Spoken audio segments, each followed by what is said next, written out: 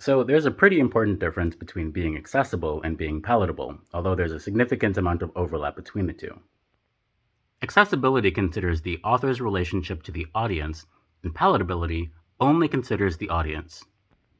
And it's a really good idea to consider your audience, but it's also important to consider who you are as an author or as a creator. Most of the content on my YouTube channel is not edited, but that's kind of like having a product that's only designed by engineers and doesn't have any consideration for who my audience is. If my audience is new developers, I need to be mindful of the ways that they consume content, but I also need to mind the direction that content is going. For example, calling it content instead of like media, or I'm not sure what else you would call it, to be honest.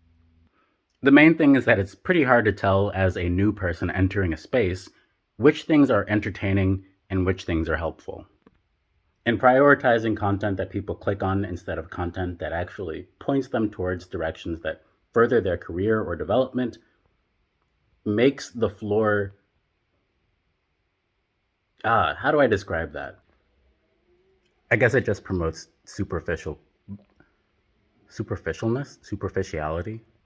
And that's a shame because we have access to such interesting technology now. We can create such depth with our content. I should find a better word for that. The media that we use to communicate can have so many more layers to it, I guess. Experimenting with different forms of expressing ideas is pretty important, and if we only focus on high engagement from the start, we kind of lose the opportunity to understand how we relate to our ideas and our own voice. And when we're in our own bubbles, it can be kind of hard to tell which words only we know and which tones of voice only we relate to. And quite honestly, that terrifies me because we're about to enter an age where every single thing that we digest can be customized to the things that we've already done.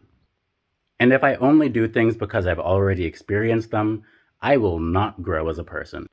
I kind of wonder if I messed up the timing with some of these because I don't know exactly how my camera's reflexes are. But I'm not really trying to be a video editor. I'm trying to do the other stuff. So, you know. But the first step to building something is finding a way to describe it, then iterating until you get it really good. Both the description and the actual thing you're building. So what am I building? Boonland! And I made a playlist that I'll probably link in the comments. Yeah? I'm not sure where I'm going to post this video, so maybe I'll post it somewhere else. Or just mention it. There's a playlist on my YouTube channel at Splashy called Building Boonland. And I go through the process of building the things that I'm doing.